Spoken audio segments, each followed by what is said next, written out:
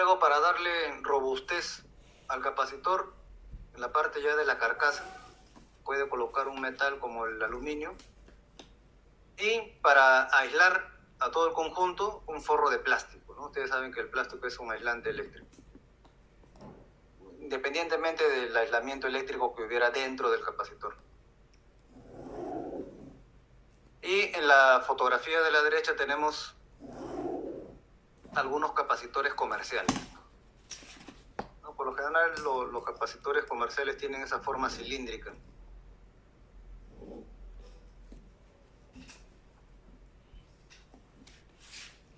Al capacitor se le representa ya sea por dos líneas en paralelo o por una línea con un arco. Los capacitores, como ya se indicó, son elementos que almacenan energía con forma de campo eléctrico. Devuelven la energía almacenada al circuito como si fuesen una fuente de voltaje, dado el principio de funcionamiento. Así como los resistores poseen la característica de la resistencia, los capacitores poseen lo que se conoce como capacitancia. Y la capacitancia es una medida de la capacidad de almacenar energía en forma de carga separada o de un campo eléctrico. Esa es la capacitancia. Los capacitores también adquieren la convención pasiva, tal cual vimos para las resistencias. Ven ustedes en estas dos representaciones, por donde ingresa la corriente, aparece la polaridad positiva. Por donde ingresa corriente, positivo. Por donde sale, negativo, como las resistencias. Y entonces, dada la definición de capacitancia, tenemos esta relación. La carga en función del tiempo que esté presente entre las placas del capacitor va a ser igual a la capacitancia del elemento por el voltaje aplicado en función del tiempo. Como la excitación, y regresemos acá a la primera figura, como la excitación al capacitor es una fuente de voltaje, la respuesta va a ser una corriente, ¿no? Y de ahí, del concepto de capacitancia, se desprende esta fórmula que está en la parte inferior. Ustedes dividen ambos términos entre diferencial de tiempo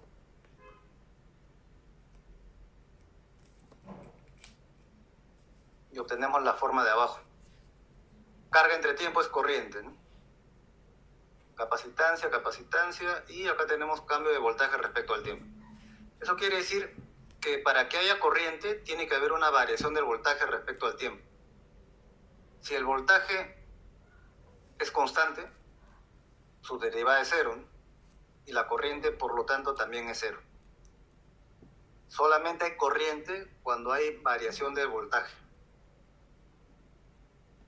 Y esto se da en los transitorios. Es en los transitorios en los cuales vamos a ver la variación del voltaje y por lo tanto la corriente. Cuando el sistema sea estable, no va a haber cambio de voltaje, la corriente va a ser cero, como se le dijo hace un rato, y por ende se les modela a los capacitores como un circuito abierto, dado que la corriente es cero.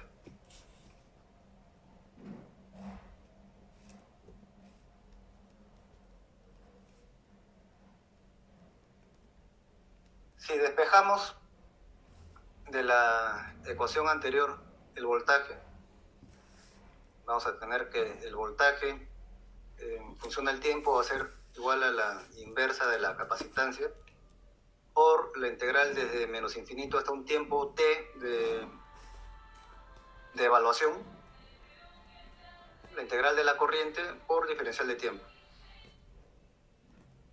¿Qué significa evaluar desde menos infinito? Que estamos viendo desde el principio de funcionamiento del elemento. Eso es lo que significa menos infinito. Y como ya se les dijo, T es el tiempo donde se quiere hacer la evaluación. Entonces, esta integral se puede descomponer en dos. Por acá ven ustedes el desglose. Empezamos con esto. La integral desde menos infinito hasta un tiempo de referencia, t sub 0, que por lo general es el tiempo 0.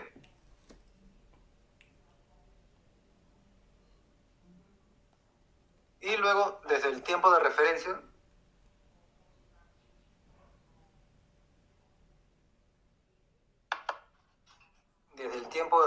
t sub 0 hasta el tiempo que se quiere hacer la evaluación, t.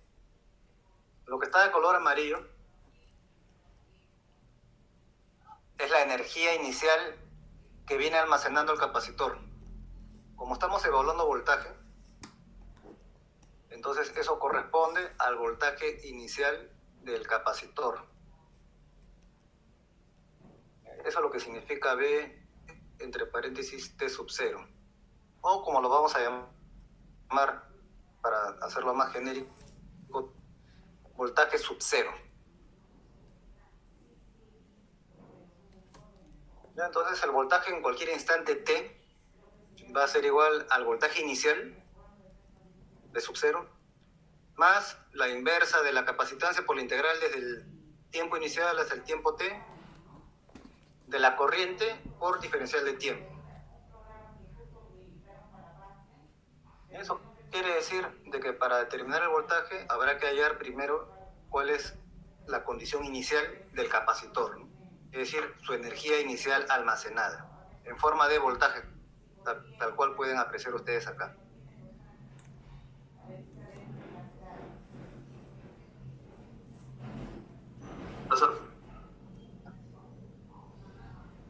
Ese T es antes, en tiempo de transición, antes de que como que se cargue, ¿no? La letra T es el tiempo donde se quiere hacer la evaluación. Posterior, una vez terminada la transición, antes de llegar a la carga, o cuando ya está cargando. Puede ser cualquier momento, puede ser cuando se está cargando o cuando ya se ha cargado por completo. Eso va a depender del problema.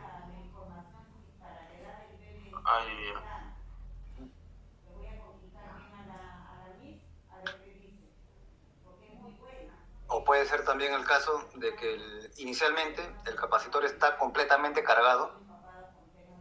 Está completamente cargado, es decir que en el tiempo 0 no hay corriente.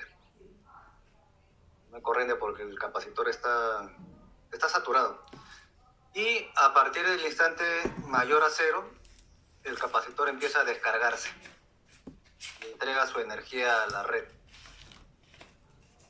Y en un tiempo t cualquiera nos pueden pedir cuál es el voltaje remanente en el capacitor, ¿no?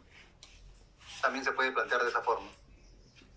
Se puede enfocar desde el punto de vista de la carga o de la descarga.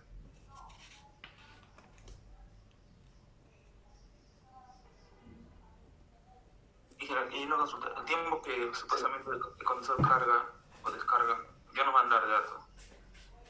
Porque para saber en cuánto tiempo ya ha cargado. Y ahora vamos a ver, dentro de un rato, hay una variable que se conoce como la constante de tiempo del circuito. Y más o menos se considera de que 5 veces la constante de tiempo es un tiempo suficiente para que el elemento se cargue. O se descargue, ¿no? Según sea el caso. 5 veces tau, siendo tau la constante de tiempo. Eso en un rato lo vamos a ver.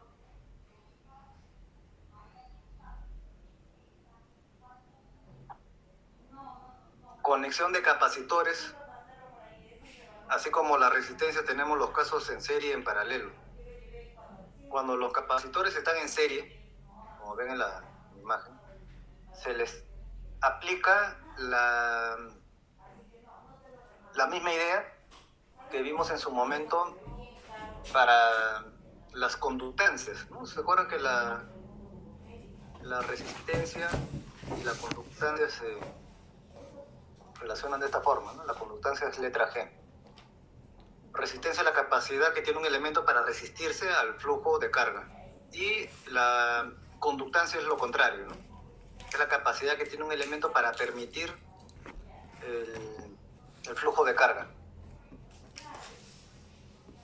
Vimos que cuando las resistencias están en serie, lo que se hace es sumar sus conductancias, es decir, sus inversas. Es la misma idea para los capacitores en serie. Y esto se demuestra a partir de esta relación.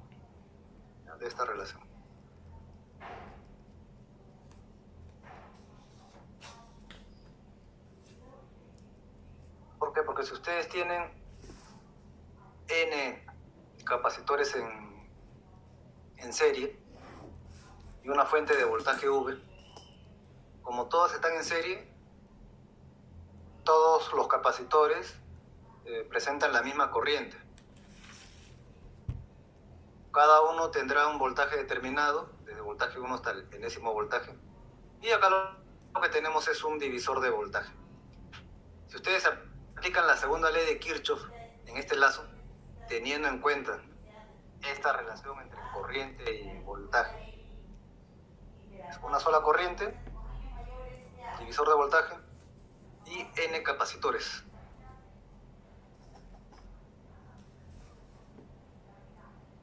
Se demuestra así que el capacitor equivalente en serie, por eso que ustedes ven C sub S, se puede calcular de esta manera, ¿no? La inversa del capacitor equivalente en serie es igual a la sumatoria de las inversas de los capacitores que están en serie, desde el primero hasta el enésimo.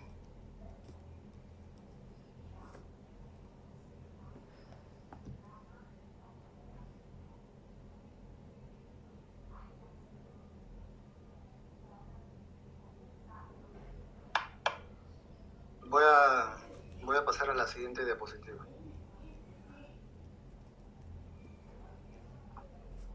Y cuando los capacitores están en paralelo, se les suma.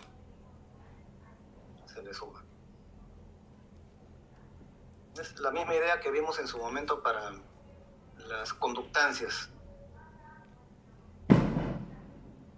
¿Cómo se demuestra esto? Tenemos N capacitores en paralelo y una fuente de corriente I. Como todos los elementos están en paralelo, poseerán el mismo voltaje V. Tenemos una fuente de corriente que se va a repartir entre los N capacitores y por lo tanto tenemos un divisor de corriente. Eso, unido con esta relación, y aplicando la primera ley de Kirchhoff, porque en el caso anterior aplicábamos la segunda, ¿no? Ustedes aplican la primera ley de Kirchhoff en este nodo que estoy colocando de color rojo. Se llega a demostrar la ecuación que ven en la parte inferior. Esta de aquí.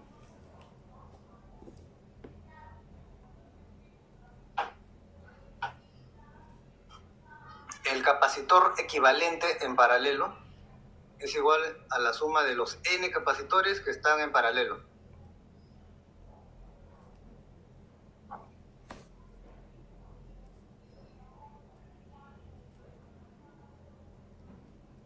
¿Ya? Tenemos entonces la segunda manera de conectar capacitores.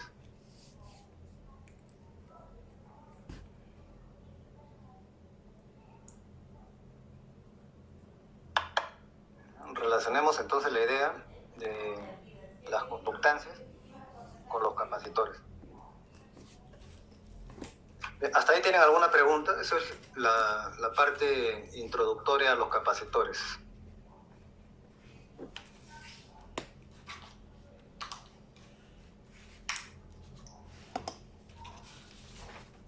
¿Preguntas?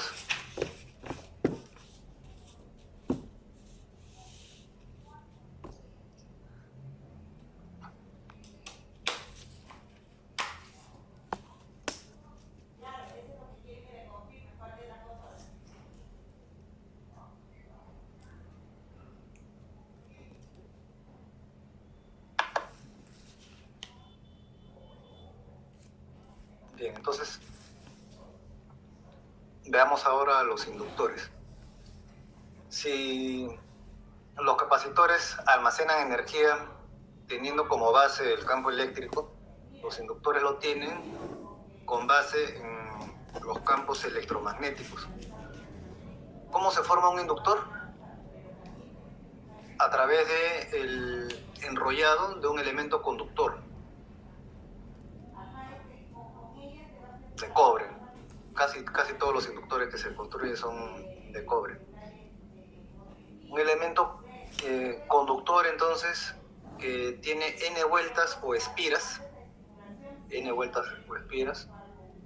y en cuyo interior puede haber aire o un elemento de material ferroso, un elemento cilíndrico, como ven acá, de material ferroso. ¿Por qué ferroso? Porque eso facilita el flujo electromagnético.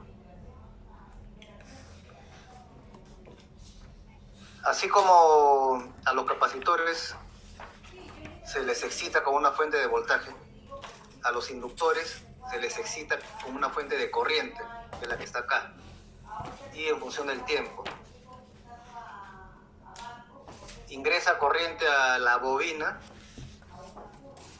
Ustedes saben de que la corriente, cuando pasa por un conductor, genera alrededor un campo magnético. Entonces acá lo que va a haber es una concatenación de campos magnéticos que se van a sumar. Acá lo que hay que hacer es aplicar la regla de la mano derecha.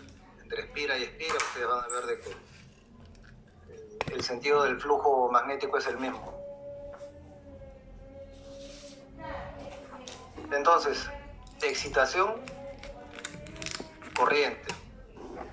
¿Cuál es la respuesta del elemento ante la excitación?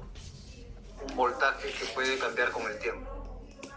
Es lo que está acá, voltaje en función del tiempo. Es el concepto opuesto al del capacitor, ¿no?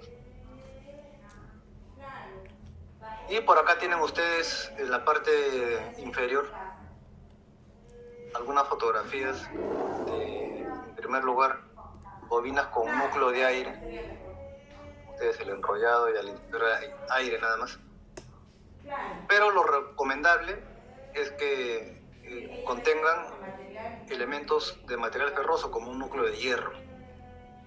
Es el caso aquí de la derecha.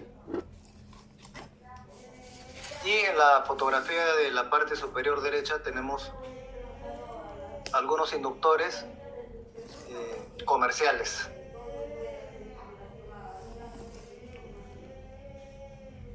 En el laboratorio de la facultad tenemos estos de aquí,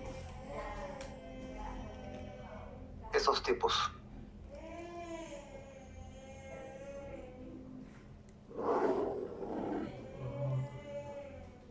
Bien, entonces a partir del principio de funcionamiento de los inductores podemos deducir, primero vamos a ver esta fórmula, ¿eh? Ven ustedes que se plantea algo similar que para los capacitores. ¿Cuál es la respuesta del elemento? Un voltaje. Un voltaje que depende del cambio de corriente en el tiempo. Ven ustedes, derivada de corriente respecto al tiempo. ¿Cuál es el factor de proporcionalidad entre el voltaje y el cambio de corriente? La inductancia. Por eso, de que la inductancia es una medida de la capacidad de almacenar energía en forma de campo magnético. Mientras haya cambio de corriente, va a aparecer un voltaje en los terminales del inductor. Si es que la corriente es constante, su derivada es cero. Por consiguiente, el voltaje entre los terminales también es cero. Si el voltaje es cero, ustedes saben, ¿no? Eso se representa con un cortocircuito. ¿Qué quiere decir todo eso? Que si llega el momento en el cual la corriente que pasa por el inductor es constante, su voltaje es cero y se modela como un cortocircuito. Cuando la corriente que atraviesa el inductor es constante, cuando éste está saturado. Regresamos a este esquema. Tenemos la fuente de corriente y dicha corriente pasa por la bobina. El inductor va a ir almacenando energía en forma de campo electromagnético, pero no es ilimitado. ¿Por qué? Porque el núcleo, ya sea de aire o de material ferroso, el núcleo se va a saturar, ¿no? Así como para los capacitores el aislante se satura, para los inductores también. El núcleo se satura y no va a permitir más el almacenamiento de energía.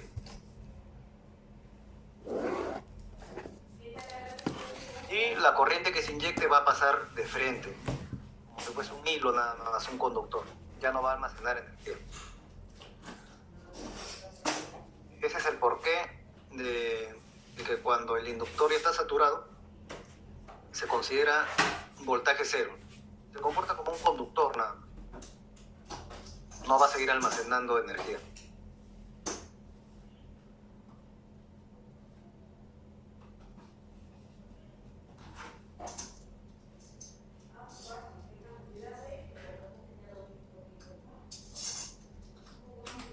Así como las resistencias y los capacitores, los inductores adquieren la convención pasiva. Por donde ingresa la corriente es el terminal positivo y por donde sale es negativo. Se tiene esa polaridad, ¿no? Más por donde ingresa la corriente, en este caso por el terminal superior, menos por donde sale la corriente, parte inferior. Convención pasiva.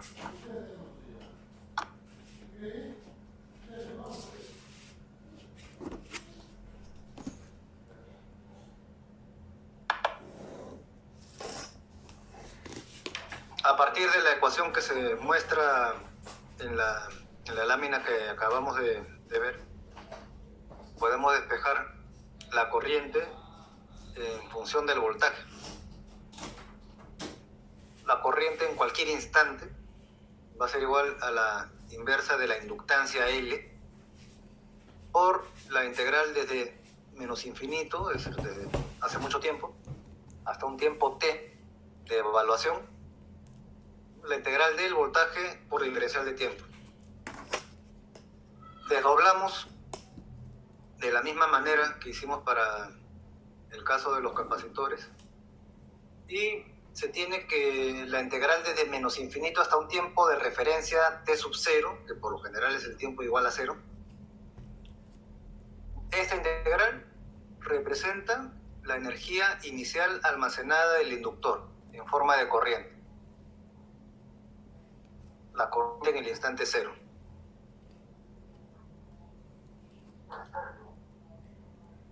Y la otra parte del desarrollo de la ecuación general viene a ser esta de aquí. La integral, o antes de eso, ¿no? La inversa de la inductancia por la integral desde el tiempo de referencia t sub 0 hasta el tiempo de evaluación t, del voltaje por diferencial de tiempo. Se interpreta la ecuación que está en la parte inferior. La corriente en cualquier instante es igual a la corriente inicial más la inversa de la inductancia por la integral del voltaje por diferencial de tiempo desde el tiempo de referencia hasta el tiempo de evaluación. Así se interpreta la fórmula. ¿Por qué pongo énfasis en el voltaje inicial de los capacitores y en la corriente inicial de los inductores? Porque para resolver los problemas, el punto de partida es determinar cuál es la energía inicial almacenada del capacitor y del inductor. Es decir, B sub 0, E y sub 0. Entonces vamos a ver la forma de hacer esa evaluación.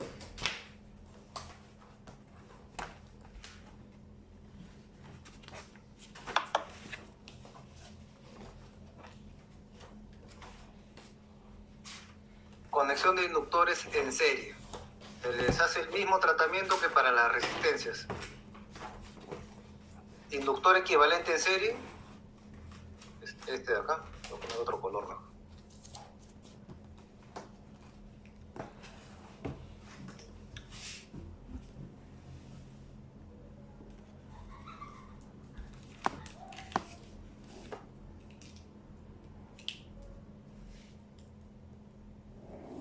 Inductor equivalente en serie es igual a la suma de los n inductores que se encuentren en serie, de lo que está acá, en la parte inferior. ¿Cómo se demuestran? Tenemos un voltaje entre los terminales A y B, donde se contiene a los n inductores. Como se encuentran en serie, a través de ellos pasa la misma corriente. Y como resultado del paso de corriente, si es que la corriente fuera variable con el tiempo, en cada inductor va a aparecer un voltaje. Y lo que tenemos aquí es un divisor de voltaje. Aplicamos la segunda ley de Kirchhoff en conjunto con esta ecuación, esta de acá, y se demuestra la expresión que les he señalado hace un momento.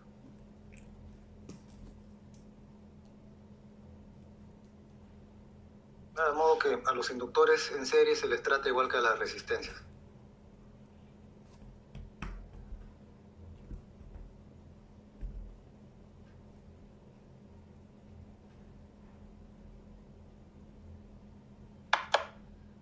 De la misma manera, para los inductores en paralelo. Tenemos n inductores en paralelo y deseamos hallar un inductor equivalente. L sub P, ¿no? La letra P viene de la palabra paralelo.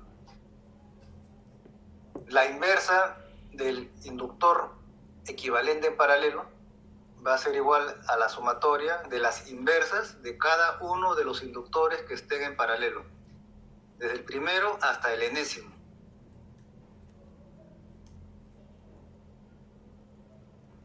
Y se demuestra de la misma manera que se ha mencionado para los capacitores. Tenemos una corriente que ingresa a la red de inductores en paralelo.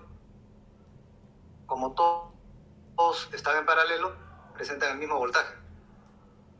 Esa corriente se va a repartir entre los n inductores.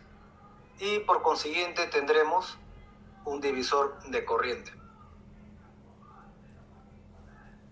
Ese hecho, en conjunto con esta fórmula que es la fórmula básica para los inductores, permite demostrar esta expresión.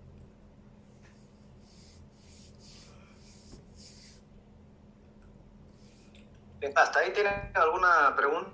Esta es la teoría básica de capacitores e inductores. Preguntas, por favor.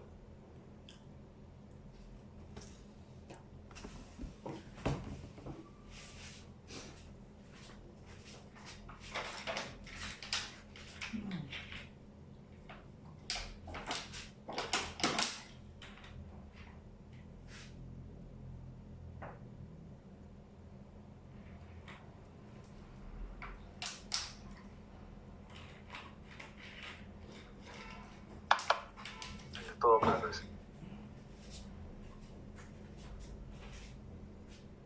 Deme un minuto, por favor, espéreme un minuto.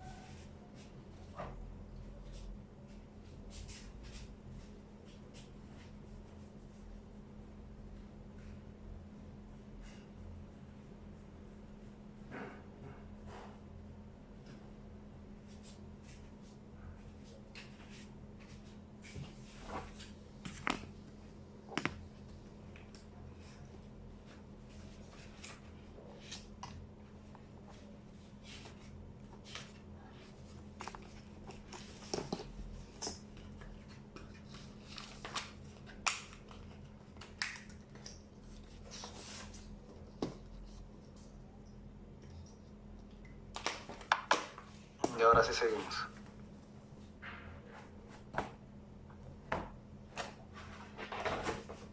Otro de los puntos que están en el sílabo son las funciones singulares. Las funciones singulares son representaciones matemáticas de sobre ciertos comportamientos particulares. Existe la función escalón unitario, la función rampa unitaria, doble impulso unitario, la parabólica. Con las que más nos vamos a encontrar en esta parte del curso es con la función escalón unitario. La función escalón unitario presenta dos valores. 0, pueden ver ustedes este gráfico.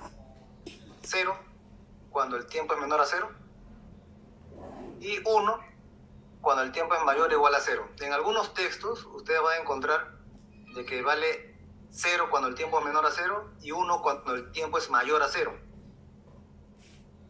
En el tiempo igual a 0 hay una discontinuidad.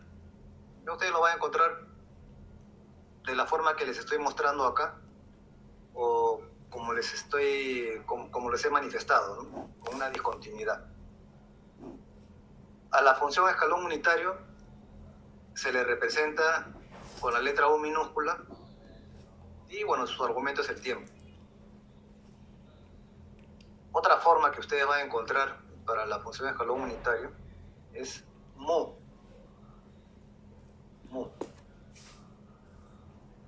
sub t. Mejor lo pongo en otro lado, ¿no? Porque acá se me va a distorsionar la imagen.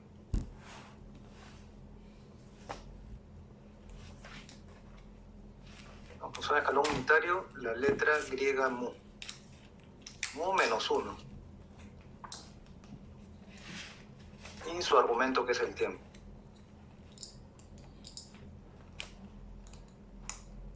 Ya, de cualquiera de esas dos maneras.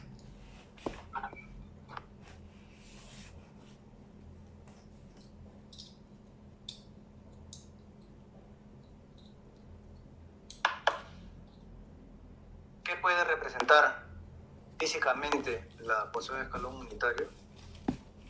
El accionar de un interruptor. Enfócase en la imagen que estoy marcando ahora, en la de la izquierda. Tenemos un interruptor o puede ser un conmutador, dependiendo de la cantidad de posiciones que hubiera, que en este caso es un interruptor que tiene dos posiciones, off, apagado, on, encendido. Cuando está en off, apagado, el voltaje de salida evidentemente es 0, porque no está conectado a nada, a tierra. Entonces en el tiempo menor a 0, este voltaje V sub 0 va a ser igual a 0. Luego tenemos esta representación, es una flecha curva que nos va a dar a entender de que la posición del interruptor va a cambiar. En este caso va a cambiar de off a on. Y esto se va a dar en el tiempo igual a 0. Entonces, ¿qué va a ocurrir? A partir del instante mayor a 0, el voltaje de salida va a ser igual al voltaje de la fuente V sub A. Hay un cambio de 0 a un valor diferente de 0.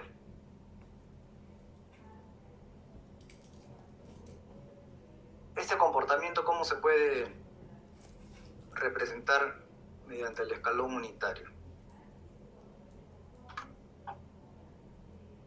Voy a poner acá encima.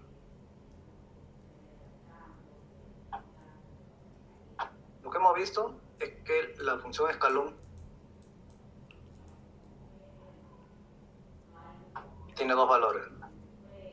0 cuando el tiempo es menor a 0 y 1 cuando el tiempo es mayor o igual a 0. Podemos representar este voltaje de salida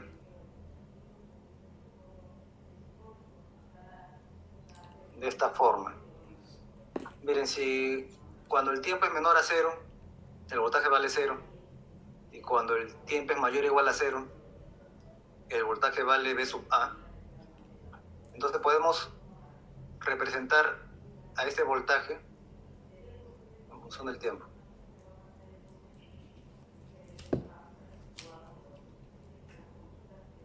Como dicho voltaje multiplicada por la función escalón.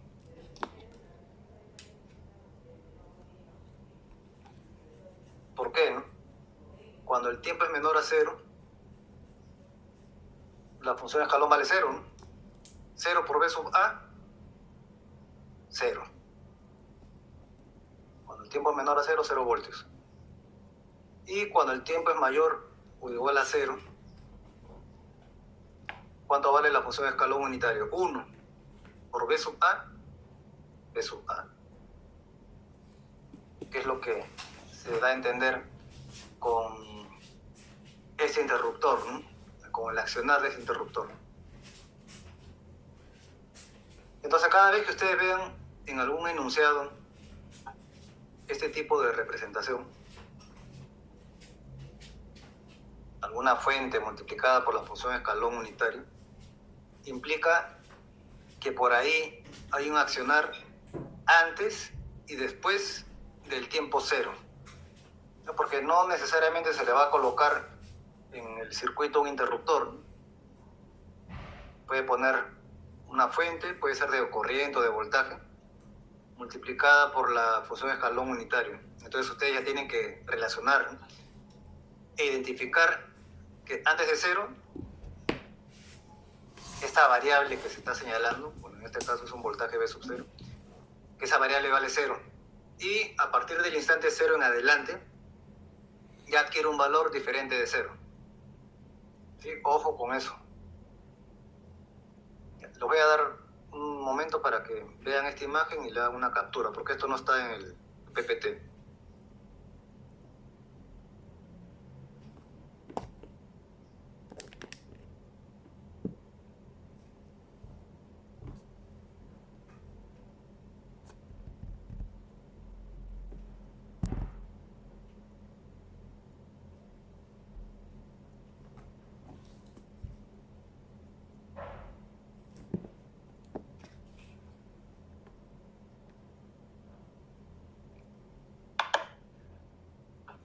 Seguimos.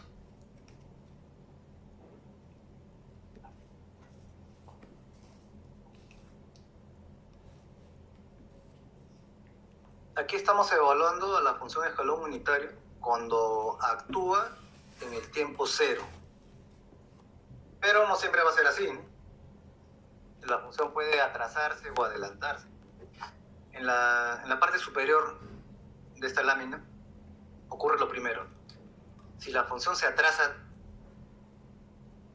ven ustedes, ¿no? La función se activa después del tiempo 0, es decir, está atrasada, ¿no? Lo normal es que se active en el instante 0, pero se está activando después, está atrasada. ¿Cómo se representa eso? Cambiando el argumento. Como está atrasada, no será el tiempo t, sino el tiempo t menos lo que se ha retrasado, t sub 0. Antes del instante t sub 0, entonces la función vale 0. Y a partir del instante 0, t sub 0 en adelante, la función escalón va a valer 1, como ven en esta representación de la función o en el gráfico.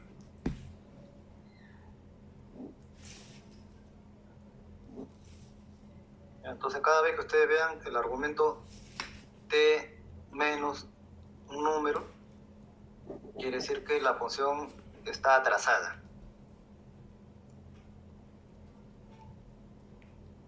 Cuando Cuando por el contrario se adelanta t sub 0 segundos, ven ustedes, acá está en el eje de las ordenadas nuestro punto de referencia 0. Y la función escalón está actuando antes del tiempo 0, será un tiempo negativo, ¿no? Menos t sub 0, tiempo negativo entre comillas. El instante menos t sub 0. ¿Cómo se representa como función? La función de escalón u, y el argumento es t menos t sub 0. Eso da como resultado t más t sub 0. Antes del instante menos t sub 0, la función vale 0. Y a partir del instante t sub 0 en adelante, la función va a valer 1. Ven ustedes que siempre la función de escalón va a tener dos valores, 0 y 1 nada más.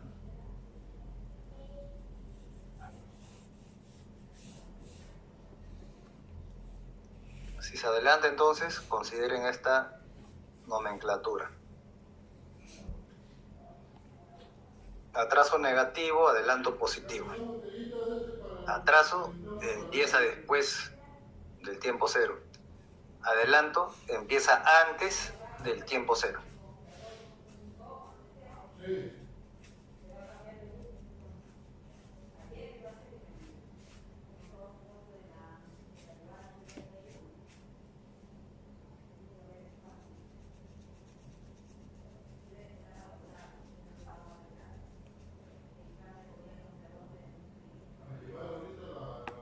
Si aplicamos lo recién dicho a un caso que contenga un elemento como una fuente de tensión.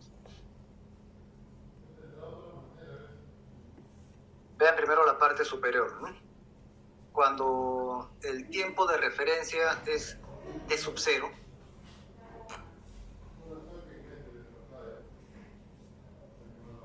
tenemos esta representación, ¿no?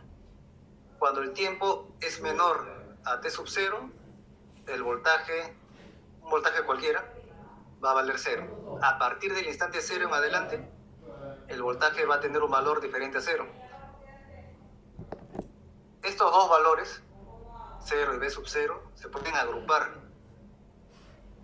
como una sola expresión, utilizando a la función escalón unitaria.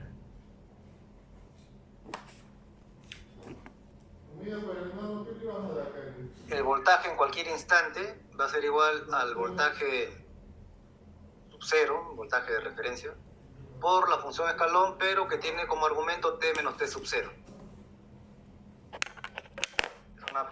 Es una función escalón atrasada, ¿no? Atrasada.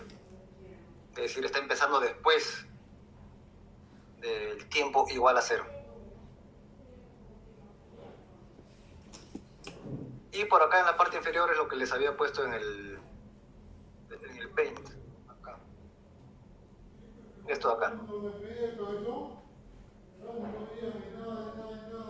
El accionar de un interruptor y la definición de un voltaje en un dipolo AB, puede representarse a través de la fuente que afecte a ese dipolo por la función escalón.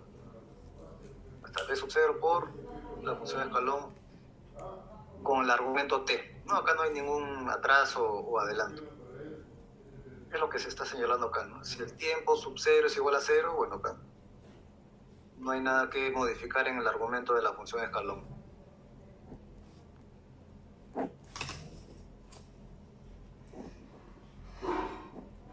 ¿Hasta ahí tienen alguna pregunta? Este es un resumen de la función escalón unitaria. Y más que todo deben de tener cuidado cuando vean una fuente que está multiplicada por la función escalón. Y sobre todo si la función escalón tiene un argumento, ¿no?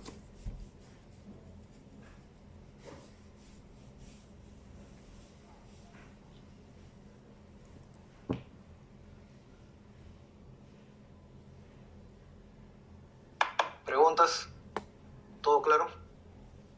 ¿Todo bien?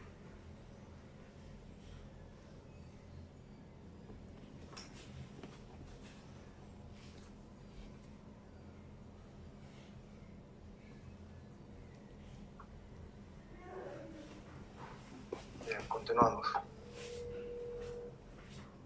Para poder analizar los circuitos de primer orden, se requieren modelos circuitales. En el caso de la resistencia, como su comportamiento es instantáneo, ustedes le aplican un voltaje a una resistencia y automáticamente aparece una corriente por la ley de Ohm. O al contrario, ¿no? Si ustedes le aplican una fuente de corriente a una resistencia, inmediatamente aparece un voltaje entre sus terminales. Están viendo ustedes de que en el caso de los capacitores y los inductores no. Hay un momento en que se cargan y se descargan debido a la variación del voltaje en el caso de los capacitores y a la variación de la corriente en el caso de los inductores. Ahora, ¿qué ocurre cuando un elemento está totalmente cargado o totalmente descargado, o cuando se empieza a analizar un circuito que no tiene energía inicial almacenada y que sí lo tiene? Ya, para eso están estas tablas. Son dos.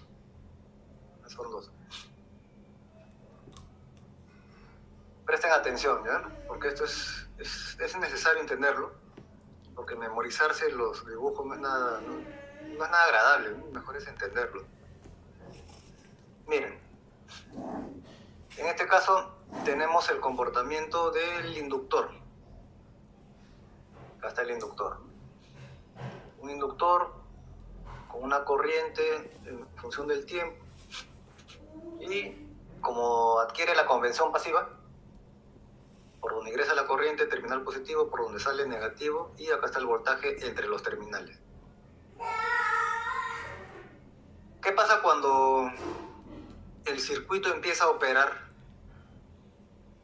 Cuando empieza a operar y el inductor no tiene energía inicial almacenada, es lo que está acá, ¿no? Sin energía almacenada.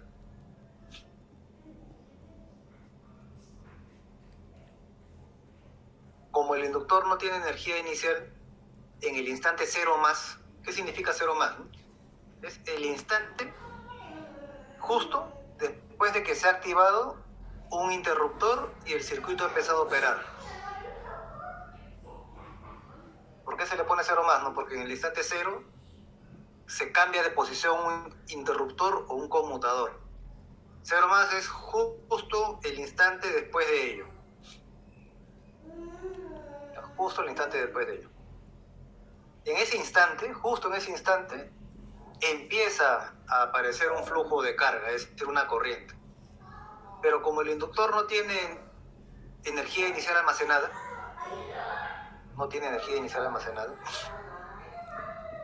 entonces la corriente a través del E0 no tiene energía inicial, recién empieza a aparecer un flujo de carga, ¿no? Por consiguiente, a través del inductor no hay corriente en el instante cero más. Como no hay corriente cero, circuito abierto. Se lo modela así, como un circuito abierto en este instante. Vamos al otro caso, que está acá a la derecha. Ahora imaginen de que ha pasado mucho tiempo infinito, que como le dije a su compañero hace un rato, ¿no? Ese tiempo de carga es 5 veces tau. Tau es la constante de tiempo. Bueno, un tiempo infinito, ¿no? Para que se entienda bien. Un tiempo infinito, el inductor se ha cargado, el núcleo de la bobina se ha saturado, de tal manera que el inductor ya no puede seguir almacenando energía. Como ya no puede seguir almacenando energía, entonces la corriente lo va a atravesar. No va a haber un cambio en la corriente, ¿no? Recuerden de que para la definición del inductor, la excitación era una fuente de corriente, ¿no? Como no va a haber un cambio en la corriente, porque ya el elemento está saturado, la corriente lo va a atravesar de forma constante. Como la corriente es constante, su derivada es cero. Y por lo tanto, el voltaje es cero. Voltaje cero, ustedes saben de que eso se representa con un cortocircuito. Cortocircuito, voltaje cero, pero el inductor ya tiene una energía almacenada, que va a ser una corriente I sub 0 mayúscula.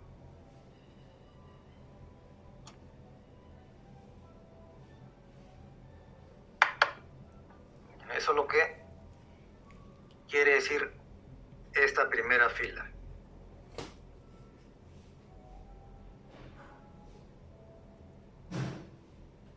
Ahora, ¿qué ocurre cuando el circuito empieza a operar?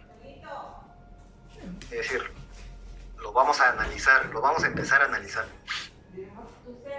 Cuando el inductor sí tiene energía inicial almacenada. Acá dice, ¿no? Con una energía almacenada. ¿Y cómo lo representamos? Con esta flecha, I sub 0. Tiene energía almacenada en forma de corriente. Es una pequeña fuente de corriente. ¿Cómo se modela de manera circuital en el instante cero más a un inductor que tiene energía almacenada? Como una fuente de corriente cuyo valor es I sub 0, ¿no? Ven ustedes, I sub 0, I sub 0, es la misma corriente que corresponde a la energía inicial almacenada. Una fuente de corriente I sub 0 en paralelo con un circuito abierto. Así se le modela. ¿Qué quiere dar a entender? Que en el instante cero más, el inductor pone a disposición del circuito su energía inicial. Acá está su energía inicial y en paralelo un circuito abierto que da a entender que existe el inductor. Que existe el inductor.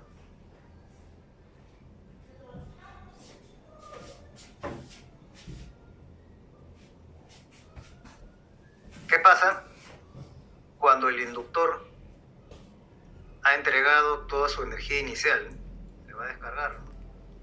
Pero conforme pasa el tiempo, debido a otra condición del circuito, porque acá estamos en otro escenario, ¿no? Estamos en el supuesto de que el inductor sí presentó energía inicial, empezó a operar el circuito, entregó su energía inicial y se cargó de otra forma, porque el circuito ha seguido trabajando. Como se ha cargado de otra forma, el núcleo de la bobina se ha vuelto a saturar. Permite el paso de una corriente diferente, ya no va a ser una corriente sub 0, sino una corriente, por llamarlo de alguna forma, I sub 0, 1.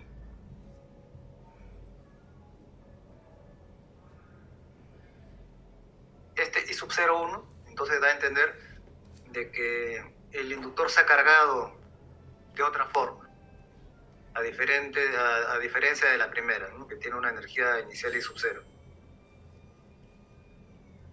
Como como el núcleo de la bobina se ha saturado, va a permitir el paso de la corriente constante, la corriente sub 0. Eso va a ser la corriente en un tiempo infinito, es decir, cuando ha pasado mucho tiempo. Como la corriente va a ser constante, el voltaje entre los terminales del inductor, por definición de inductor, va a ser 0. Voltaje 0, cortocircuito.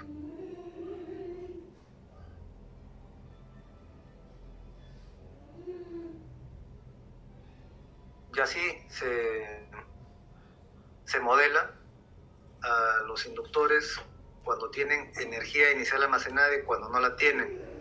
En el instante cero más, es decir, justo cuando empieza a operar el circuito, y en el tiempo infinito, cuando ya pasó mucho tiempo y se evalúa cuál es la condición final del inductor.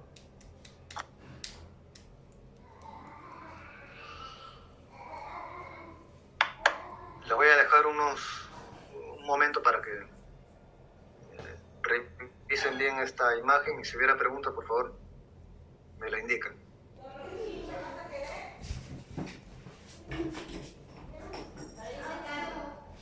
Sí, por favor, un poco más.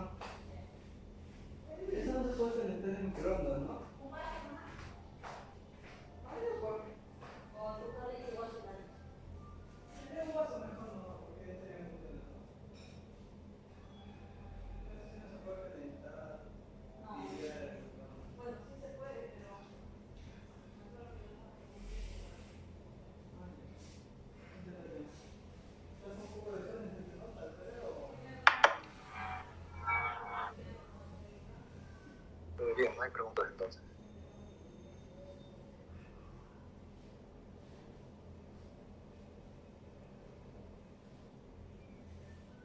Ahora veamos cómo se comporta el capacitor.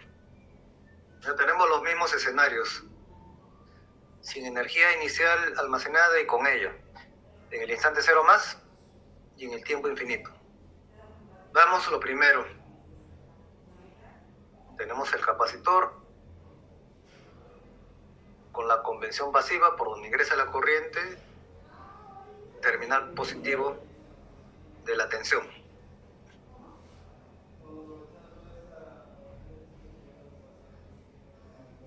Recuerden de que para la definición de capacitor, la excitación es un voltaje. La excitación es un voltaje. Y la respuesta es una corriente. ¿Qué ocurre en el instante cero más? En el instante cero más, como se ha visto cuando iniciamos esta clase, ni bien hay una excitación al capacitor, empieza a aparecer un flujo de carga. ¿No se acuerdan? Entre las placas hay un flujo de carga que permite el paso de la corriente sin restricción. Eso se modela como un cortocircuito. ¿Por qué? Porque el voltaje inicial en el capacitor es cero. Como no tiene energía inicial, voltaje cero. Voltaje cero, ustedes bien saben que es un cortocircuito. Ese es el por qué se le modela de esta manera. Eso es ni bien empieza a operar el circuito. Ahora, ¿qué pasa cuando ha pasado mucho tiempo? ¿Qué pasa ahí? Continuó el paso de la corriente a través del capacitor, el material dieléctrico se saturó, de modo que ya no permite más el paso de corriente. Es por eso de que en el tiempo infinito, la corriente en ese momento, la corriente en el tiempo infinito vale cero. Y si la corriente es cero, ustedes bien saben de que eso se modela con un circuito abierto. Eso es lo que está acá. Como el circuito está abierto, no hay corriente, ¿no? Pero sí hay un voltaje. ¿Por qué? Porque tenemos ahí un par de terminales. Así como para el caso del inductor, habíamos demostrado de que en el tiempo infinito la energía inicial era una corriente sub cero. Para el caso del capacitor, la energía inicial será un voltaje E sub cero. Es por eso de que al capacitor también se le conoce como un elemento que almacena energía en forma de voltaje. ¿Por qué? Porque ustedes están viendo acá, ¿no? Que tiene un voltaje sub cero que posee el capacitor y que lo puede entregar a la red. Una energía disponible.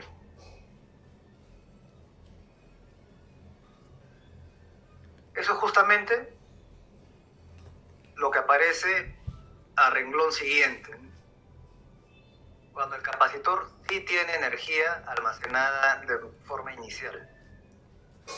¿Cómo se representa? Tenemos al capacitor y en la parte superior la representación de su voltaje inicial, E sub cero.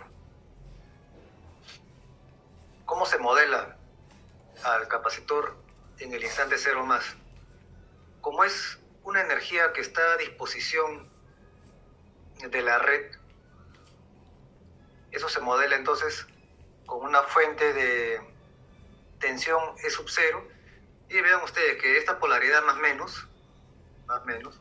a la izquierda, menos a la derecha, tiene que ser la misma que la que se determinó bajo las condiciones de energía inicial.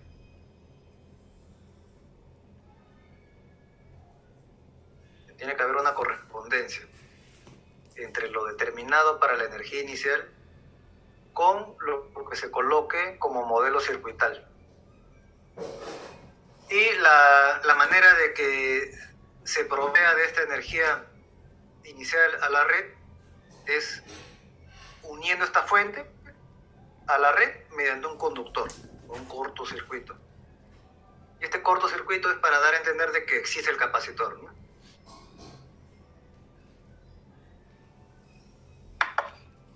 Ahora, todo este conjunto, fuente sub cero con el cortocircuito, todo esto es el modelo del capacitor. Todo. Implica al capacitor propiamente dicho como a su energía inicial almacenada. Es por eso de que en la parte inferior ustedes ven de que este voltaje en el tiempo cero va de lado a lado. Ese voltaje sub cero es el voltaje de todo el capacitor en el instante cero más.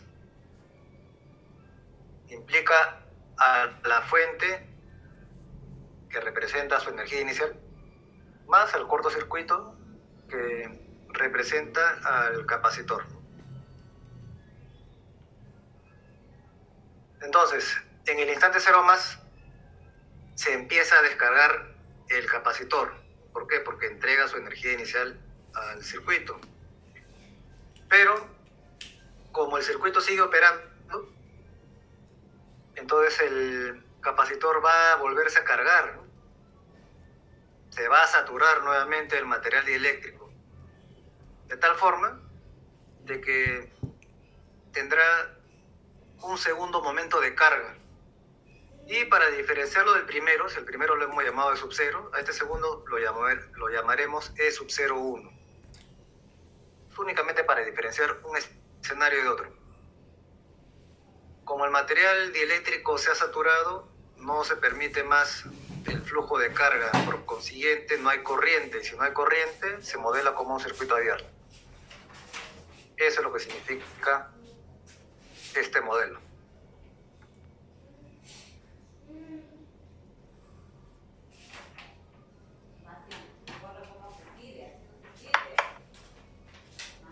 Esta parte debe entenderse, ¿no? Para que puedan hacer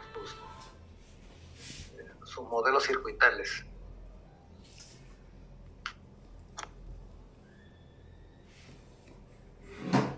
Pregunta, por favor.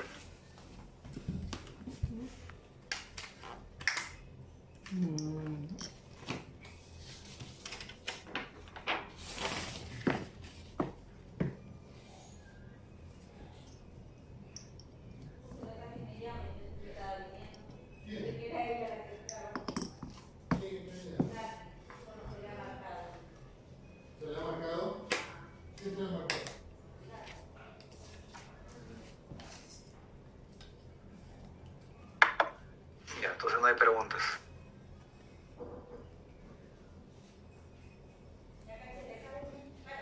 A partir de todas estas consideraciones, vamos a ver qué es lo que ocurre en los circuitos de primer orden. El caso más sencillo es cuando tenemos una resistencia y un elemento almacenador sin fuente. Iniciemos entonces con un circuito RL, ¿no? Tenemos una resistencia y un inductor. Para que este pequeño circuito funcione, tiene que haber una energía inicial por parte del inductor, porque si el inductor está descargado, pues lo conectamos a una resistencia y no pasa nada, ¿no? Para que esto funcione, asumamos que de alguna manera se ha hecho la conexión estando el inductor cargado, ya cargado previamente. Ya hemos visto en los modelos circuitales de que eso se representa como una corriente I sub 0 mayúscula. Eso es lo que está por aquí. Considerando que existe una I sub 0 es igual a I sub 0 mayúscula. La energía del inductor en forma de corriente la pone a disposición de la resistencia. Entonces aparecerá una corriente. Por la convención pasiva, la corriente tiene que ir de más a menos, tanto para el inductor como para la resistencia. Y es por eso de que acá tienen ustedes un voltaje en el inductor más arriba, menos abajo, y un voltaje en la resistencia V sub R más abajo, menos arriba. Los elementos están en paralelo. Por consiguiente, sus voltajes son iguales. Eso, de la mano con la definición de inductor, la definición de inductor de manera, mediante una fórmula, es voltaje es igual a inductancia por derivada de corriente respecto al tiempo, ¿no? Es lo que se vio al principio. Esas dos consideraciones dan como resultado esta expresión. La derivada de la corriente, esta corriente respecto al tiempo, más la resistencia entre la inductancia por dicha corriente es igual a cero. Es una ecuación diferencial. Y ven que es una ecuación diferencial de primer orden, ¿no? Hay una derivada de primer orden, que es la derivada de la corriente. Resolviendo esta ecuación diferencial y considerando de que acá lo que vamos a hacer es evaluar una integral, ¿no? Que la integral desde menos infinito hasta un instante t, ustedes saben de que se puede partir en dos. Integral desde menos infinito hasta el tiempo cero. Y la integral desde el tiempo cero hasta el tiempo t. La primera integral, ya se había dicho, de que es la energía inicial que posee un elemento. Esa energía inicial, como estamos en este supuesto, va a ser I sub 0. I sub 0. Teniendo en cuenta ese valor, entonces la resolución de esta ecuación diferencial es la siguiente.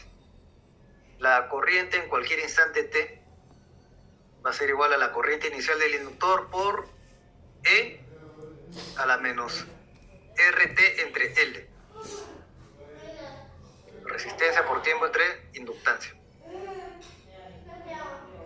Esa es la expresión de la corriente en cualquier instante para una conexión RL sin fuente.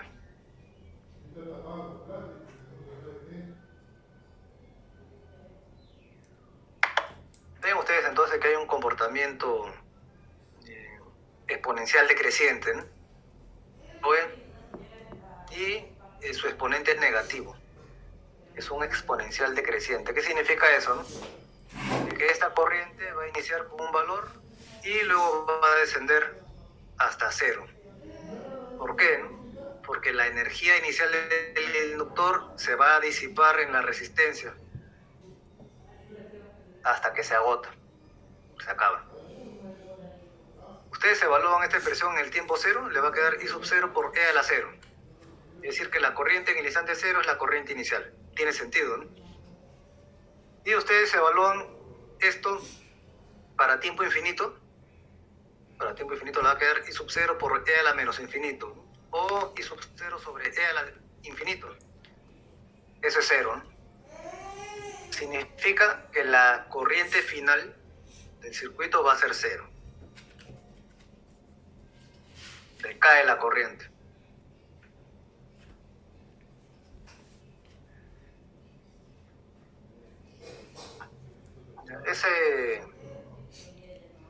Esa respuesta exponencial, entonces, la podemos graficar teniendo como ejes el tiempo en las abscisas y en el de las ordenadas la proporción de la corriente entre la energía inicial almacenada del inductor.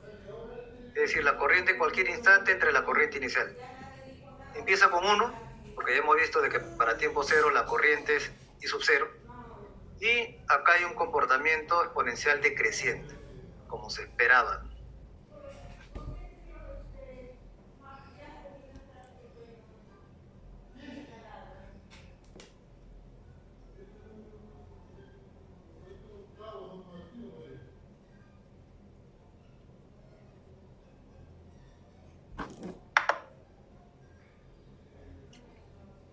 Por acá tenemos la definición de la constante de tiempo. Hay una constante de tiempo para los circuitos RL y otra para los circuitos RC.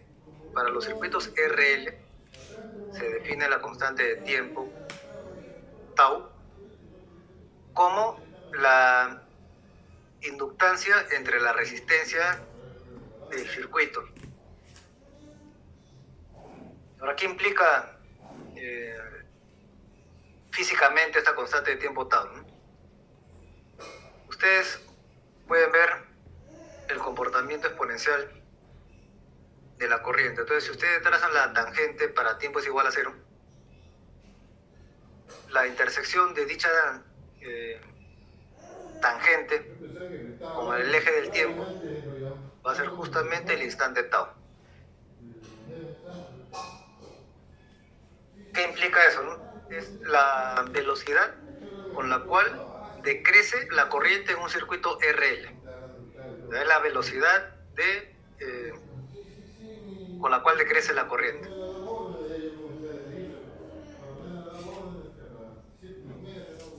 Mientras mayor sea tau, más rápido va a decaer la corriente.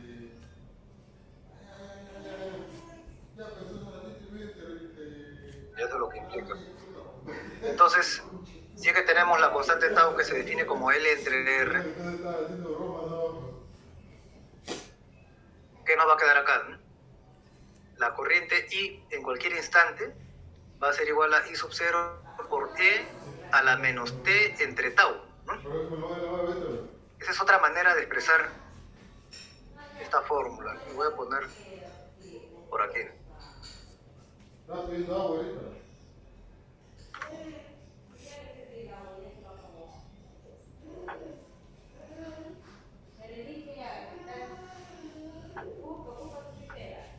Eso se puede expresar como I sub 0, la corriente inicial, por el número E elevado a la menos T, el tiempo, entre la constante de tiempo tau.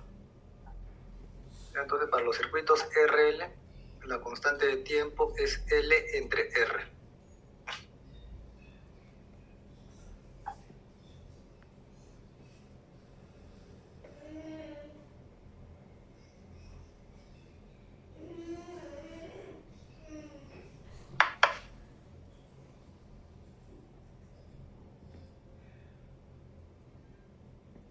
El otro caso que es más, uno de los casos también más sencillos, al igual que los circuitos RL sin fuentes, son los RC sin fuentes. Conectamos en serie o en paralelo, como se pretenda enfocar este circuito, un capacitor y una resistencia. Para que esto funcione, para que haya una corriente, por consiguiente voltaje en los elementos, tiene que haber energía de algún lado, ¿no? La resistencia no almacena energía, el capacitor sí. Entonces, el supuesto es de que esto inicia su operación estando el capacitor inicialmente cargado. Ya hemos visto de que esa energía inicial de los capacitores se da a través de un voltaje. Son pequeñas fuentes, ¿no? Vamos a llamarle a ese voltaje inicial del capacitor V sub 0 mayúscula. Como los elementos están en paralelo, tienen el mismo voltaje. Si tienen el mismo voltaje, por acá habrá una corriente.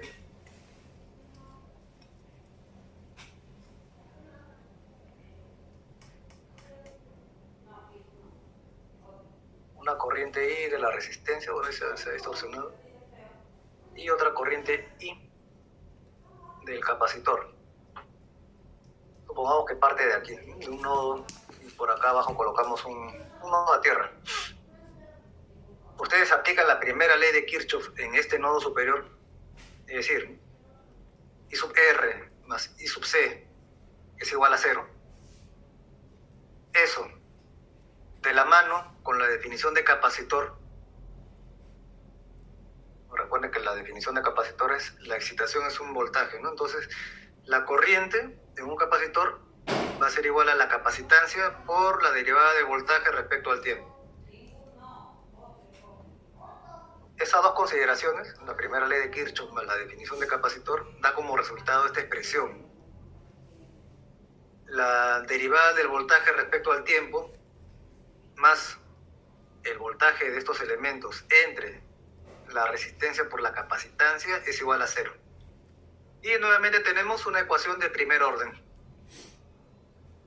De ahí viene el nombre de los circuitos de primer orden.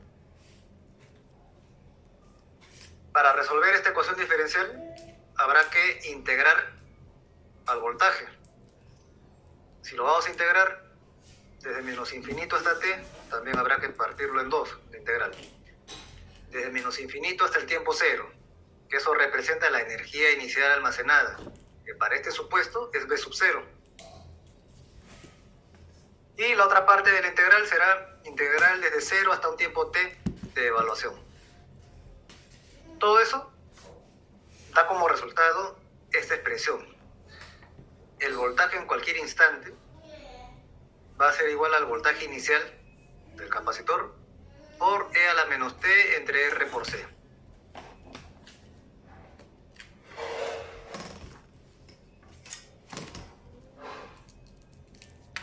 Vean ustedes clara la diferencia entre un inductor y un capacitor. ¿Me van a hablar? Solo vamos a ver, ¿por qué ahí una corriente del condensador y una corriente para Había pues se borró. la resistencia? Sí, a ver.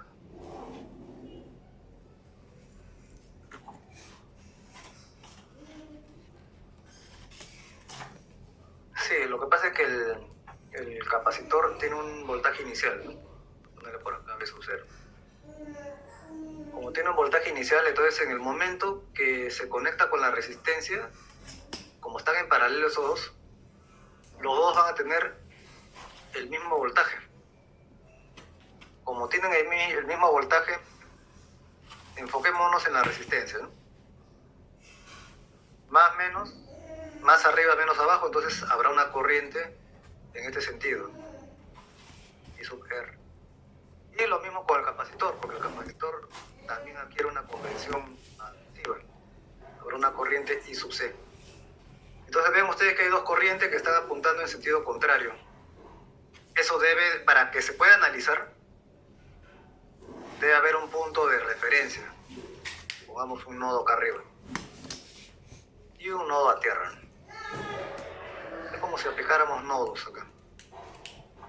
Y por eso que en ese nodo superior hay dos corrientes que salen. La primera ley de Kirchhoff implica eso. Es por eso, ¿no?, que se le coloca IR y I sub C.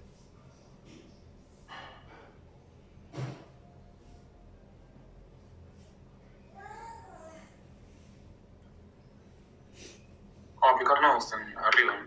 Sí, sí. O la primera ley de Kirchhoff. La primera ley de Kirchhoff. Más sencillo.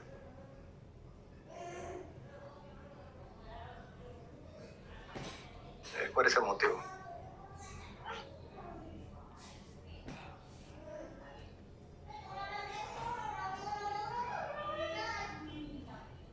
Tenemos nuevamente entonces que hay un decrecimiento exponencial en el voltaje.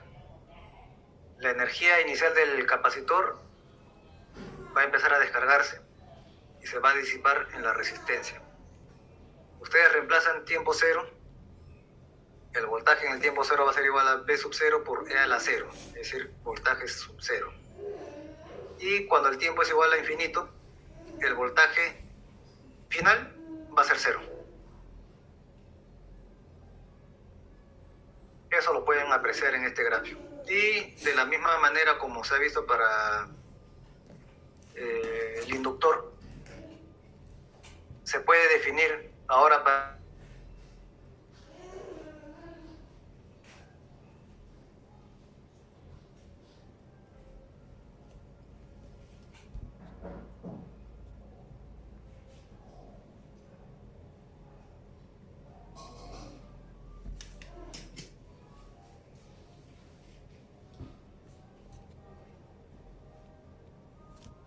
mientras mayor sea la constante de tiempo, entonces con mayor rapidez va a decaer el voltaje.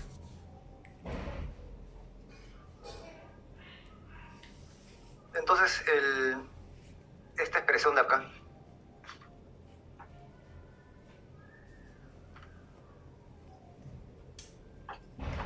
se puede reescribir va a ser igual al voltaje inicial por E a la menos T entre tau. Siendo tau la resistencia por la capacitancia. En el caso del inductor era corriente, en cualquier instante es igual a la corriente inicial por E a la menos T entre tau, ¿no? Y tau era inductancia entre resistencia.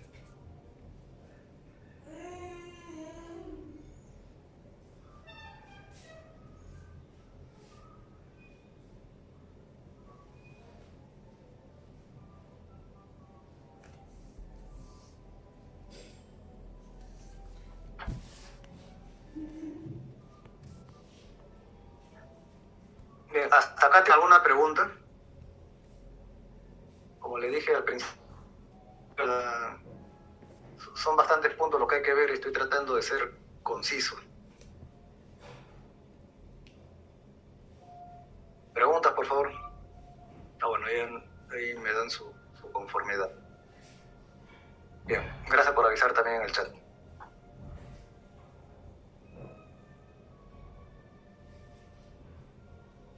Se ha dicho, hemos visto que los inductores y los capacitores tienen un comportamiento transitorio, ¿no? Ya sea de carga o de descarga, pero eso no es para siempre, ¿no? Hay un tiempo que demora el transitorio. ¿Cuánto tiempo es? Más o menos 5 veces tau. Una vez que transcurre, ustedes ven esta respuesta para el capacitor, ¿no? 5 veces tau, más o menos, mucho más a la derecha en este gráfico. Como que se puede considerar de que el comportamiento ahí es estable, ya sea para descarga o para carga, por si acaso. Acá solamente se ve descarga, pero lo mismo ocurre para la carga. Y de la misma manera para los inductores. Ven ustedes acá la constante de tiempo tau, unas 5 veces, no se puede considerar de que ya ha ocurrido, en este caso, la descarga. En realidad el número, más o menos, es una vez que transcurre 5 veces tau, la corriente I minúscula, es menos del 1%, 0.6 más aproximadamente. Menos del 1% de la corriente inicial, prácticamente nada. Lo mismo ocurre con el voltaje. Una vez que pasan 5 veces tau de tiempo, el voltaje presente es menos del 1% del voltaje inicial, prácticamente despreciable. Entonces, ese tiempo infinito que habíamos visto por acá, voy a regresar rápidamente, este tiempo infinito es más o menos 5 veces tau. Lo que quiero es que entiendan no solamente la fórmula, sino el sentido físico. Una vez que pasa el transitorio, como se les ha señalado, ya tenemos un comportamiento que es lo que se conoce como el régimen estacionario permanente. Si nos enfocamos desde las expresiones matemáticas, tenemos que habrá una respuesta natural, que es el transitorio, y una respuesta forzada, que es lo que corresponde al régimen permanente. Entonces la respuesta total, o la solución completa, o la solución general de un circuito de primer orden, de una variable X cualquiera, X puede ser voltaje o corriente de cualquier elemento, ¿no? Voltaje o corriente cualquiera, que se está representando acá con la letra X. La solución general o respuesta completa va a ser igual a la suma del transitorio o respuesta natural, que es lo que estoy marcando ahora, más la respuesta forzada, que corresponde al estado permanente. Hemos visto para los casos de los circuitos de primer orden, de que la respuesta natural es un número por E a la menos T entre tau. Lo hemos visto para los circuitos RL y los RC. Eso es lo que está señalado aquí. Siendo la respuesta natural de esta forma. Un número A cualquiera, que bueno, va a depender de lo que tenga el circuito, por E a la menos T entre tau. Y la respuesta forzada va a depender de las condiciones finales del circuito. Se demuestra de que este número que se puede calcular, y de hecho vamos a calcularlo nosotros, ese número A es igual a la diferencia de la condición inicial de la variable que se esté analizando, x sub 0, menos la condición final de la variable que se esté analizando. Este número A es igual a esta diferencia. El valor inicial de la variable menos el valor final de la misma. Esta es la expresión más general que hay.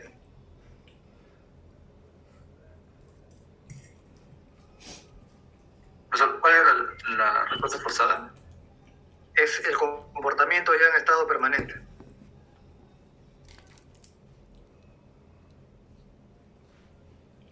Cuando ha pasado 5 veces tau en adelante, o mucho tiempo, cuando el circuito ha parado por mucho tiempo, esa es la condición en el tiempo infinito, es la respuesta forzada. Ya.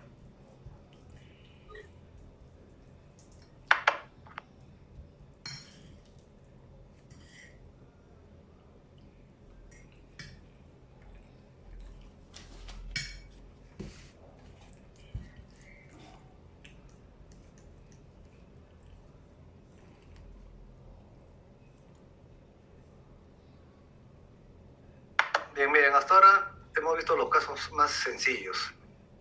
RL sin fuente, RL con fuente, perdón, RC sin fuente. Pero no siempre va a ser así, ¿no? Los circuitos no trabajan de esa manera.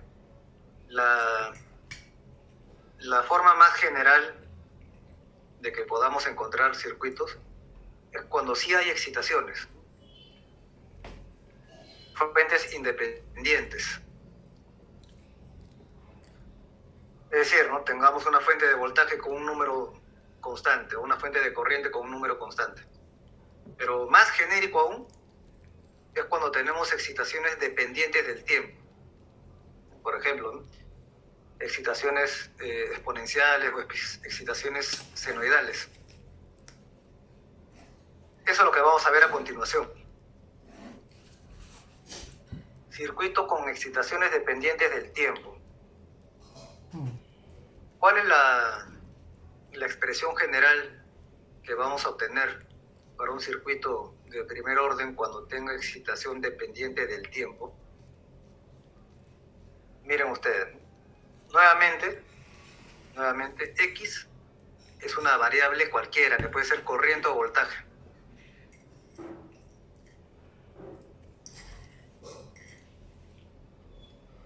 La ecuación general, entonces, va a ser la derivada de dicha variable X respecto al tiempo, más una constante A por dicha variable, va a ser igual a Q, siendo Q la excitación que es dependiente del tiempo. Voy a regresar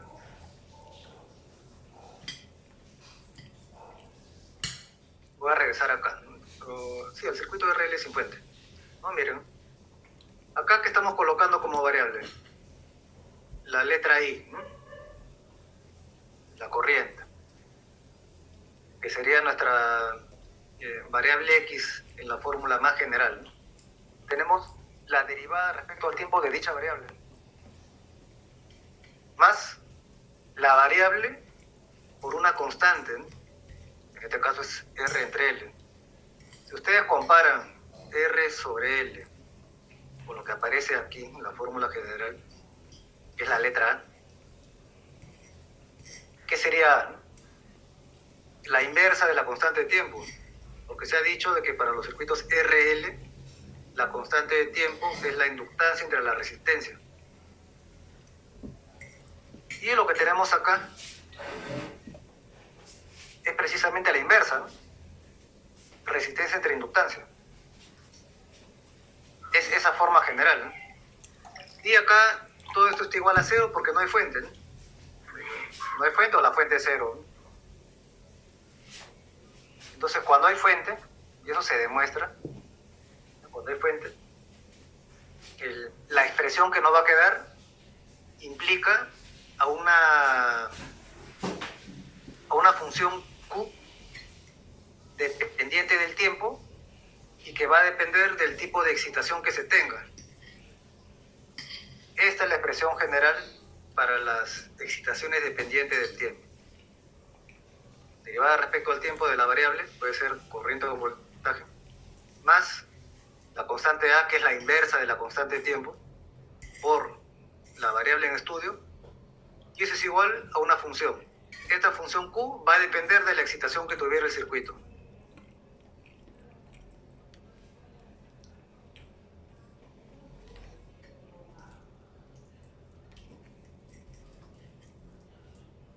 ¿Qué ocurre?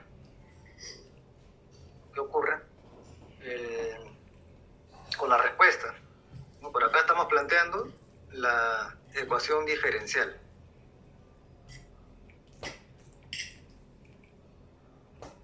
La solución para la variable en estudio X va a tener esta forma. Se ha dicho en la diapositiva anterior, que la respuesta total tiene una componente transitoria natural y una componente forzado permanente. Esas dos son las que están acá. La respuesta completa es igual a la respuesta natural más la respuesta forzada. Siendo la respuesta natural, que es el transitorio, de forma exponencial, una constante K que habrá que determinar por E a la menos A entre T. Ya sabemos que esa es la inversa de la constante de tiempo. De manera que la respuesta natural va a ser K por determinar por E a la menos T entre tau. Siempre la respuesta natural, es decir, los transitorios, tienen un comportamiento exponencial decreciente. Siempre es así. Y bueno, la respuesta forzada va a depender del tipo de excitación que tuviera el circuito.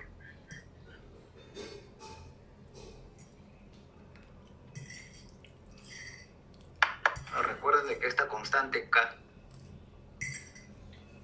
que para esta representación es la letra A, va a ser igual a la diferencia entre la variable en el instante inicial menos el valor de la variable en el instante infinito.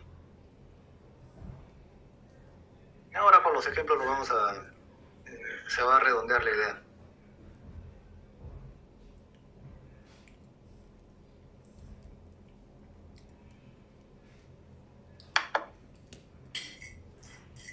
Bien, esa es la forma más general que puede haber, ¿eh? Ahora, habrá que ver un par de casos de excitaciones dependientes del tiempo. Yo les señalé justamente dos, ¿no? La primera de ellas es cuando la excitación es exponencial. Alguna fuente exponencial de corriente o de voltaje que tuviera el circuito.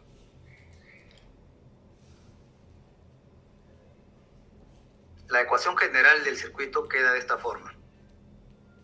Entonces, si ustedes lo comparan con la diapositiva anterior, Q, que es una función que va a depender de la excitación, como estamos en el caso de las excitaciones exponenciales, esa función Q, de manera general, lo más genérico que se pueda representar, va a ser una constante B por E a la más menos, un número B que multiplica el tiempo. De la expresión mostrada en la diapositiva anterior, se desprende esta para el caso exclusivo cuando la excitación sea exponencial. Y el lado izquierdo de la igualdad es el mismo que lo que se mostró en la lámina anterior. La derivada de la variable respecto al tiempo más A, que es la inversa de la constante de tiempo, por la variable a analizar, es igual a B mayúscula, que está por determinar, por E a la más menos B por T. Esta es la ecuación general del circuito, ¿no? La solución de la variable X va a tener dos componentes. Siempre va a haber dos. Natural y forzado.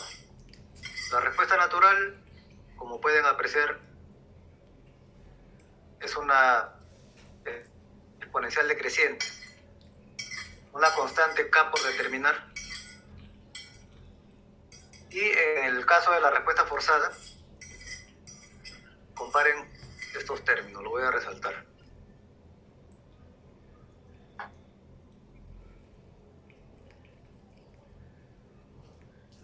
La tendencia de la respuesta forzada es la misma que la de la excitación, ¿no?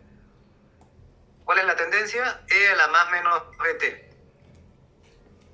Lo que está cambiando es la constante que multiplica justamente a la exponencial, es decir, K1.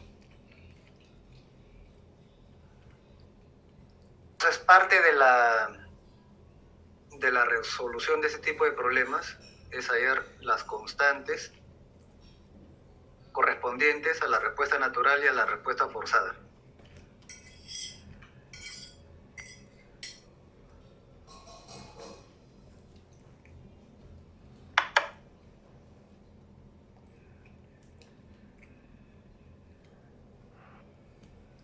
Ese es en el caso que tengamos excitaciones exponenciales. Voy a ver si me ha escrito.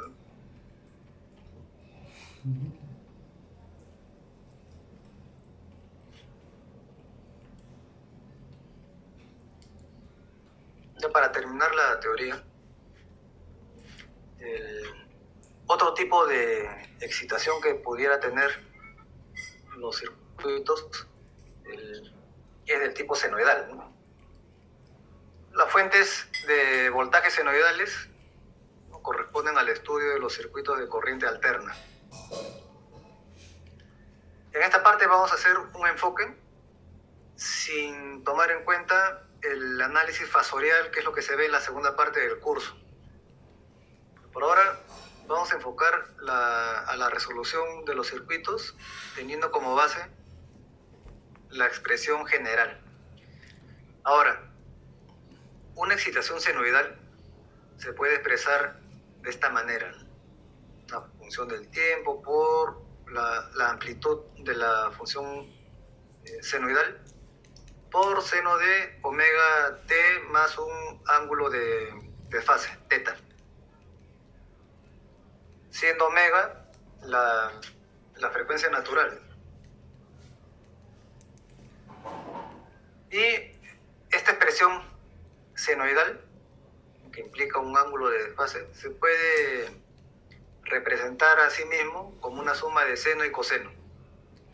Ya no será la amplitud de la función senoidal, sino ya serán dos constantes diferentes. A1 por seno de omega t más A2 por coseno de omega t. Una suma de seno y coseno con el mismo argumento, omega t.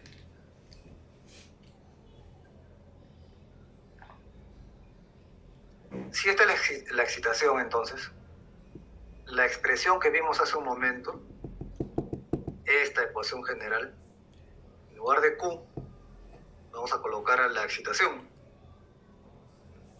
Y nos va a quedar esta forma, ¿no? La derivada de la variable en estudio respecto al tiempo, más la constante A, que es la inversa de la constante tiempo, por dicha variable, X, puede ser corriente o voltaje, va a ser igual a una función que tiene que ver con la excitación senoidal que tuviera el circuito.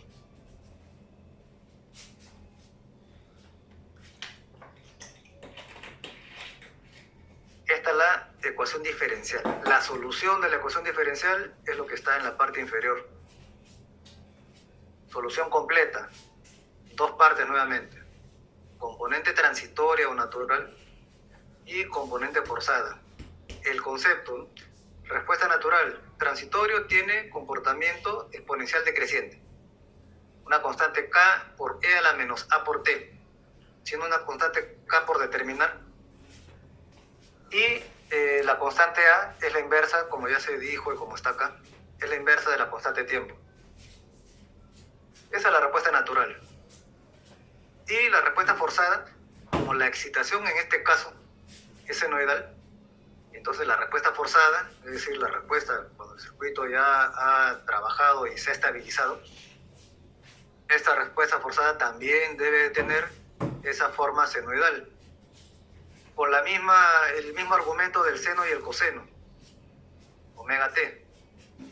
Y evidentemente lo que va a cambiar van a ser los factores que van a multiplicar al seno y al coseno. No va a ser A1 y A2, va a depender de lo que hubiera en el circuito. B1 y B2, por llamarlo de alguna forma.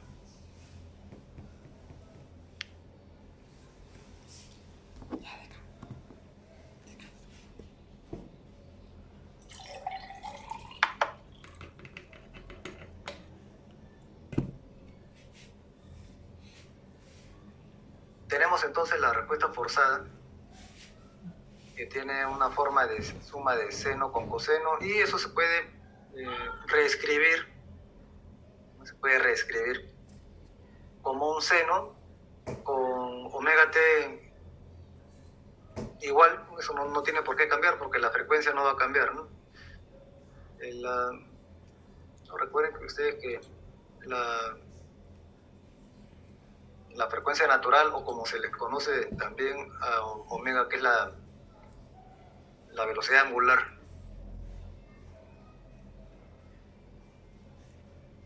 es 2πf, no 2πf, siendo f la frecuencia de la función senoidal. La fuente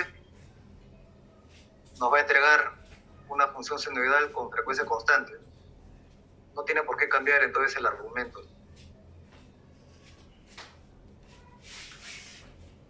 Omega t debe de mantenerse aquí. Pero como estamos agrupando un seno y un coseno, entonces aparecerá un ángulo teta de desfase. ¿Cómo determinar ese ángulo teta? Para eso tenemos este triángulo que ustedes ya han visto en otro curso seguro, de física. Tangente de teta, B2, que es el número que multiplica el coseno, entre B1, que es el número que multiplica el seno. Y la hipotenusa sale por Pitágoras. Entonces, la respuesta forzada, como se les ha manifestado, se puede expresar de manera compacta. Y es por eso de que la solución completa se puede reescribir de esta forma, que es lo que estoy subrayando de verde en este momento. La solución completa de una variable x, corriente o voltaje, va a ser igual a la suma del comportamiento natural, K por E a la menos AT, K por determinar, más el comportamiento en régimen permanente, que debe de tener una función de la misma forma que la excitación. Si estamos con excitaciones senoidales, entonces la respuesta forzada debe de tener la misma forma, ¿no? Senoidal, siendo el factor B y el ángulo de desfase teta variables por determinar, ¿no? Y eso ya va a depender del caso que se nos esté planteando.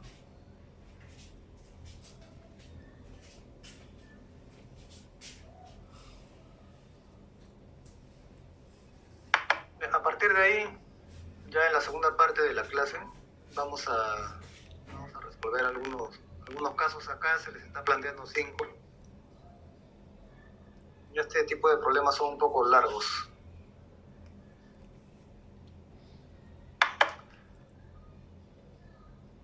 Pregunta, por favor, en la parte teórica. Como se les dijo al inicio de la clase, esta parte es son bastantes puntos y he tratado de ser lo más conciso posible para poder hacer problemas. En la siguiente clase, que es el día lunes, ya veremos circuitos de segundo orden. RLC. Ya, para poder llegar con tiempo a los temas de la PC2. Ya en la práctica calificada número 2 va a venir, a ver, voy a dejar de presentar. Ahí yo en el aula virtual les he colocado los temas hasta el parcial. A ver.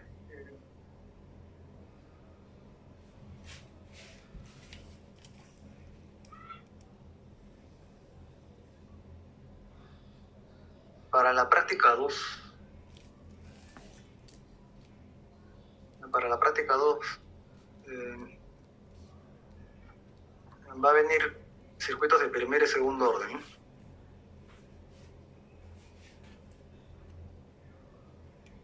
Lo digo de una vez porque ya de acá a una semana es la práctica.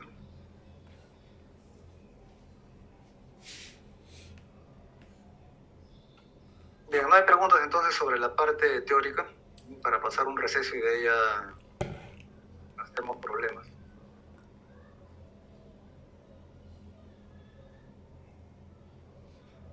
No, claro.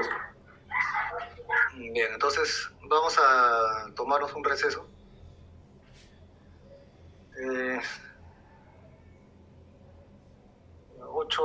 20 minutos creo que está bien, ¿no?